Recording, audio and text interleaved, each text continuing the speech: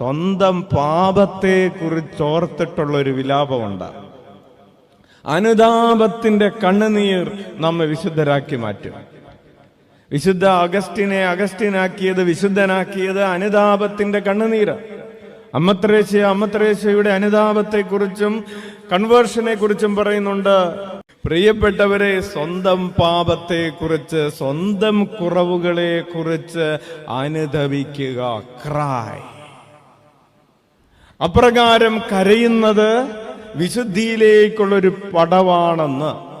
Hallelujah, hallelujah, hallelujah. അവർക്കുള്ള സമ്മാനം ഈശോ പറയുന്നുണ്ട്. അവർ ആശ്വസിപ്പിക്കപ്പെടും. ദൈവം നിങ്ങളെ ആശ്വസിപ്പിക്കും. നിങ്ങൾ നിങ്ങളുടെ പാപത്തെ കുറിച്ചോർത്ത് കുറ്റബോധത്തിലൂടെയോ നിരാശയിലൂടെയോ കടന്നു പോകേണ്ടതില്ല. ദൈവം നിങ്ങളെ ആശ്വസിപ്പിക്കും. നമ്മുടെ പാപങ്ങൾക്ക് നിത്യമായ ആശ്വാസമായി ഇതാ അവൻ കുരിശിൽ തൂക്കപ്പെട്ടിട്ടുണ്ട്. ദൈവത്തിന്റെ ആശ്വാസം എപ്പോഴും നമുക്ക് സംലഭ്യമാണ്. കൈയടിച്ച് കർത്താവിനെ മഹത്വപ്പെടുത്താം. ഉറക്കെ വിളിക്കാം, ഈശോയേ.